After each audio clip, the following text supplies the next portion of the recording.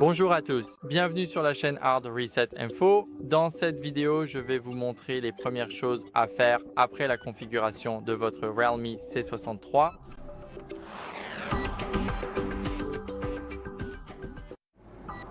Alors, tout d'abord, ce que nous devons faire, c'est aller dans le menu principal, puis attendre qu'il se charge. Et maintenant, nous devons aller dans les paramètres. Ils sont juste ici et ce que nous pouvons faire ensuite, comme première étape, c'est de se connecter à Internet. Donc, si vous n'avez pas Internet, ce n'est pas bon et vous en avez vraiment besoin. Nous allons donc commencer par nous connecter au réseau Wi-Fi. Maintenant, entrons le mot de passe. Je vais le faire rapidement hors caméra. Maintenant, il se connecte et obtient l'adresse IP. Et comme vous pouvez le voir, nous sommes maintenant connectés à Internet. Donc, après cela, ce que nous pouvons faire, c'est vérifier les mises à jour logicielles. Il est très important d'utiliser la dernière version de votre logiciel, alors allons dans la section à propos du téléphone. Ici, vous allez dans Realme UI et cliquez sur Voir les mises à jour. Et comme vous pouvez le voir, la nouvelle version est disponible. Donc, comme vous pouvez le voir, il faut cliquer sur Télécharger maintenant et attendre que le téléchargement se termine. Je vous retrouve donc après.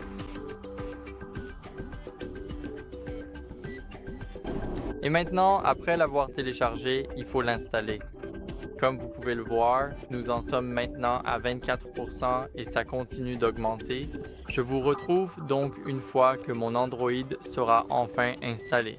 Maintenant, il vérifie la mise à jour et tout ce que nous avons à faire, c'est attendre la fin, puis notre téléphone va redémarrer.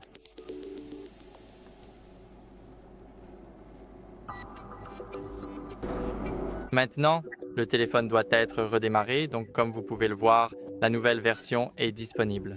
Nous l'avons déjà téléchargé et installé. Maintenant, tout ce qu'il nous reste à faire, c'est de cliquer sur Redémarrer maintenant et il va vérifier la mise à jour. Et maintenant, il ne vous reste plus qu'à attendre que votre téléphone se rallume. Voilà donc l'essentiel pour commencer et après le redémarrage du téléphone, je vous montrerai quoi faire ensuite.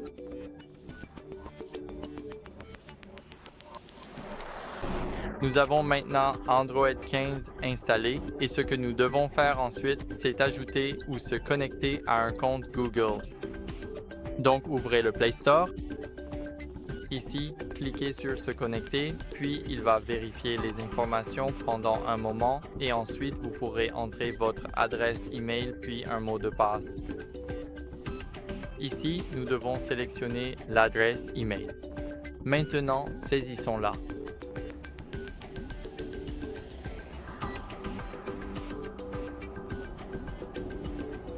Et après cela, il nous faut maintenant, à ce stade précis, entrer un mot de passe sécurisé. Donc, laissez-moi corriger rapidement et avec précision mon erreur ici, puis cliquons sur le bouton suivant pour continuer le processus. Et ici, entrez le mot de passe. Je vais le faire rapidement hors caméra. Ensuite, vous devez décider qui utilisera l'appareil.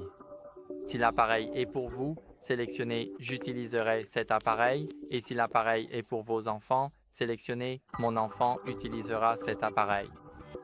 Ces étapes peuvent varier. Je vais choisir « J'utiliserai cet appareil », mais pour mon enfant, il suffit en gros d'ajouter un compte et il y aura, je pense, des restrictions. Je ne suis pas tout à fait sûr, mais je sais que ces étapes varient beaucoup. Donc je vais choisir « J'utiliserai ce compte ». Maintenant, cliquons sur « J'accepte ». Et maintenant, notre compte est ajouté au Google Play Store. Donc, non seulement au Google Play Store, mais aussi au service Google. Et nous avons enfin ajouté notre compte Google, en gros, au téléphone. Comme vous pouvez le voir, activons maintenant la sauvegarde. Et maintenant, il va nous accueillir sur Google Play. Ici, nous pouvons vérifier nos achats. Donc, je vais utiliser le mot de passe et je vais le saisir à nouveau. Maintenant, ces paramètres sont enregistrés et ce que vous devez faire ensuite, c'est simplement mettre à jour les applications depuis le Google Play Store Alors, cliquez sur votre avatar ici, puis cliquez sur Mes applications et jeux. Ici, cliquez sur Mises à jour disponible et comme vous pouvez le voir, nous avons 46 applications. Maintenant, il faut cliquer sur Tout mettre à jour, mais je ne vais pas le faire tout de suite car je veux que ma connexion Internet reste stable parce que télécharger près de 40 choses en même temps, ce n'est pas idéal. Mais vous savez quoi les gars? On va juste cliquer dessus, juste pour que vous voyez à quoi ça ressemble. En gros, vous aurez la possibilité d'annuler tout cela et ici, comme vous pouvez le voir, le téléchargement va commencer. Donc, comme vous pouvez le voir, maintenant, nous sommes en train d'installer Shopping sur AliExpress et nos notifications ici explosent parce que tout est en train d'être mis à jour. Donc, passons à l'étape suivante. Il s'agit maintenant de configurer votre mot de passe et vos données biométriques. Alors, allez dans les paramètres. Attendez maintenant que tout se charge, puis faites défiler un peu vers le bas.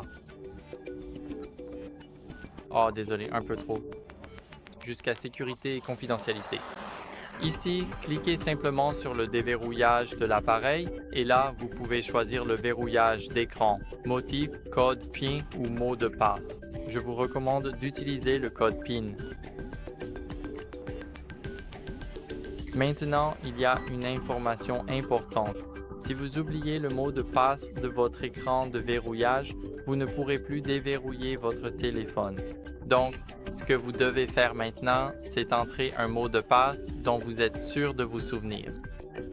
Je vais en entrer un au hasard pour ne pas l'oublier au milieu de la vidéo. Ici, pour l'écran de verrouillage, vous voulez masquer le contenu sensible mais ne pas masquer toutes les notifications car vous souhaitez savoir ce qui se passe, mais vous ne voulez pas que quelqu'un d'autre puisse les lire. Alors, cliquons sur Terminer. Maintenant, notre code PIN est configuré et lorsque nous déverrouillerons notre téléphone, il nous sera demandé de saisir ce code PIN. Ici, nous pouvons également configurer la reconnaissance d'empreintes digitales et la reconnaissance faciale. Nous devons donc entrer notre mot de passe maintenant. Et ici, cliquez sur Déverrouillage par reconnaissance faciale. Cliquez sur J'accepte et cliquez sur Commencer. Maintenant, nous devons centrer notre visage dans le cercle. Comme vous pouvez le voir ici, nous avons notre caméra et nous devons placer notre visage juste ici en restant immobile. Et nous devons regarder l'écran pour qu'il puisse capter nos yeux. Après cela, passons à la configuration de votre visage et de l'empreinte digitale. Maintenant, faites défiler vers le bas et cliquez sur « J'accepte ». Ici, nous devons placer le doigt sur le bouton d'alimentation, puis nous devons le faire rouler. Laissez-moi faire cela. Maintenant, nous devons bouger de façon régulière.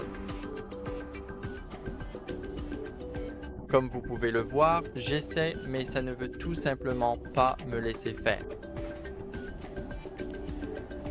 Maintenant, cela prend environ 1 minute. Au maximum, c'est 1 minute et demie. Maintenant, l'empreinte digitale a été ajoutée et nous pouvons essayer de voir si cela fonctionne. Je ne pense pas que ça va marcher. Finalement, ça a marché.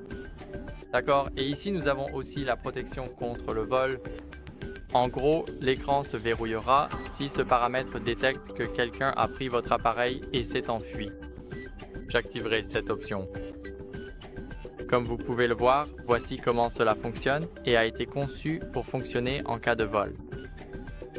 Maintenant, cliquons sur « Activer » et nous avons notre verrouillage de détection de vol. Après cela, nous pouvons changer et personnaliser notre fond d'écran. Alors, allons ici, maintenant notre doigt appuyé et sélectionnons « Fond d'écran ». Vous pouvez maintenant trouver de super fonds d'écran système ou en télécharger sur Internet. Et comme vous pouvez le voir, j'aime vraiment celui-ci. Je trouve qu'il est vraiment cool. Maintenant, cliquons sur Définir comme et ici, nous pouvons le mettre soit comme écran de verrouillage, soit comme écran d'accueil ou les deux. Je vais donc le mettre sur les deux. Et maintenant, comme vous pouvez le voir, le fond d'écran a bien été appliqué. Je pense que c'est en fait l'un des meilleurs fonds d'écran disponibles pour cet appareil. Et maintenant, ce que vous pouvez faire, c'est désinstaller les applications indésirables. Alors, allons essayer de supprimer quelques applications. Nous devons donc aller dans les paramètres. Laissez-moi aller ici. Maintenant, sélectionnons les applications et allons dans la gestion des applications. Vous verrez maintenant toutes les applications ici et vous pourrez les supprimer une par une. Par exemple, si quelque chose s'installe et que vous n'en voulez pas, comme Block Blast, il vous suffit de cliquer sur Désinstaller et de cliquer sur OK. Vous pouvez répéter ce processus autant de fois que vous le souhaitez, aussi longtemps que nécessaire. Peu importe. Assurez-vous simplement de désinstaller tout ce dont vous n'avez pas besoin sur l'appareil afin qu'il fonctionne plus rapidement et soit mieux optimisé. Maintenant, comme vous pouvez le voir, je pense aussi que je n'aurai pas besoin de quelque chose appelé LinkedIn, donc cliquons sur Désinstaller et sur OK. Comme vous pouvez le voir, maintenant c'est parti et vous pouvez répéter ce processus autant de fois que vous le souhaitez. Et maintenant, ce que vous pouvez aussi faire, c'est aller dans Paramètres, puis sélectionner Batterie. Donc, il faut faire défiler un peu vers le bas, aller dans Batterie. Et ici, vous pouvez vérifier le gestionnaire de batterie.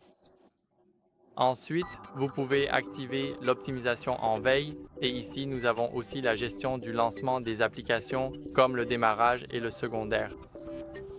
Et enfin, vous pouvez tout simplement utiliser l'économiseur de batterie et choisir de l'éteindre à 90% ou de l'activer à un niveau de batterie spécifié.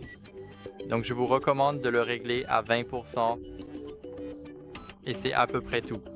Voilà, ce sont les choses à faire après la configuration. Donc, j'espère que cette vidéo vous a plu. Si c'est le cas, laissez un like, abonnez-vous et laissez un commentaire et on se retrouve dans la prochaine vidéo.